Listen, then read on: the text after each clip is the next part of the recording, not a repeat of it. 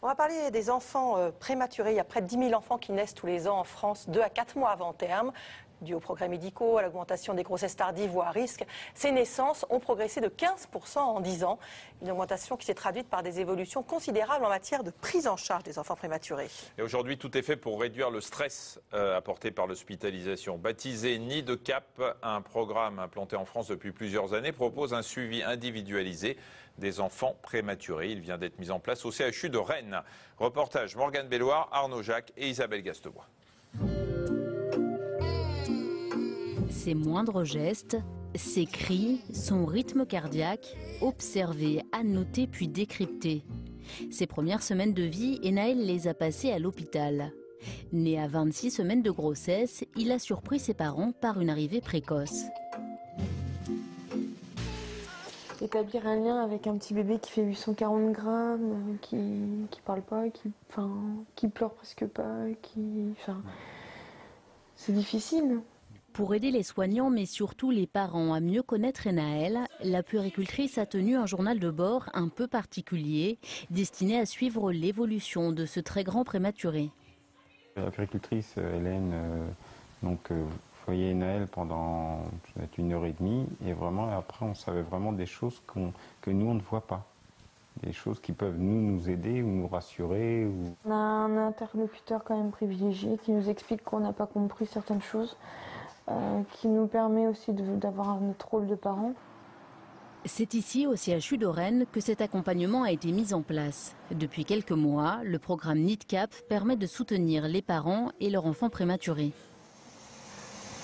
Je pense qu'elle aurait besoin que vous mettiez la main dessus pour l'aider à se... À tout juste un mois, Éloane et Tilia poursuivent le même combat, vivre.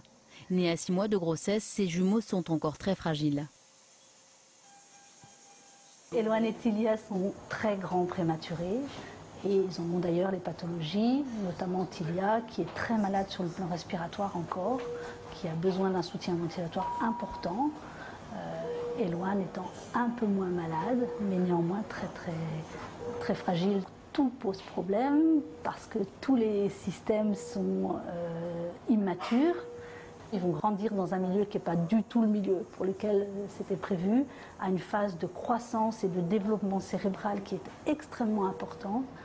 Et nos soins de développement se posent là, à prévenir un petit peu les conséquences de cet environnement délétère chez les tout petits bébés. Le moindre bruit, une trop grande intensité lumineuse, tout peut être vécu comme une agression par ces nourrissons. L'objectif est donc d'apprendre à lire leur comportement pour en faire un mode de communication. Alors Éloane, est-ce qu'il y a trop de lumière? Est-ce qu'il y a trop de lumière? Tu peux ouvrir tes yeux.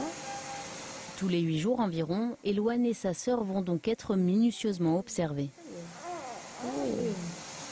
Au moment du change, en fait, j'observe la façon dont il tolère le fait qu'on lève ses jambes. Si jamais il bloque sa respiration, en fait, quand on fait le change, ça va nous dire qu'en fait, il a une respiration qui est encore compliquée.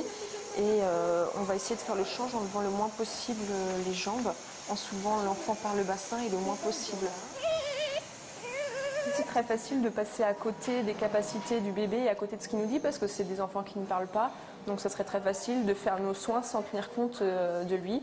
Donc faire les observations, ça permet de décrypter très finement le comportement du bébé, ses capacités, à quel stade de développement il est rendu, et ce qu'on peut faire pour l'aider à supporter les soins, l'aider à s'éveiller.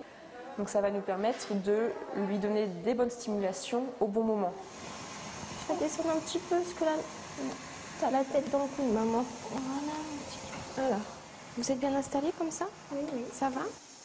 Au départ, on appréhendait un petit peu parce que c'est vrai qu'ils sont très petits.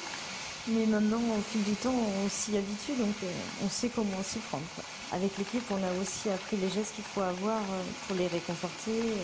Quand ils sont en état de stress, on sait ce qu'il faut faire aussi, quoi, pour les calmer. Placés au cœur du dispositif, les parents peuvent passer un temps illimité auprès de leurs nourrissons. Leur présence et leur implication augmenteraient ainsi la tolérance au stress des bébés prématurés.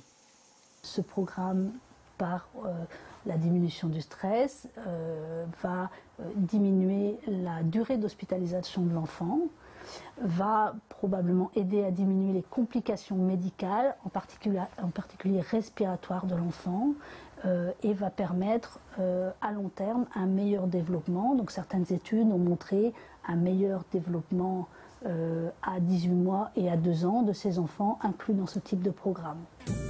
Déjà présente depuis plusieurs années en France, cette prise en charge individualisée des enfants prématurés tend à se développer. Pour Tilia et Elouane, encore un peu de patience, ils pourront rentrer chez eux dans quelques semaines.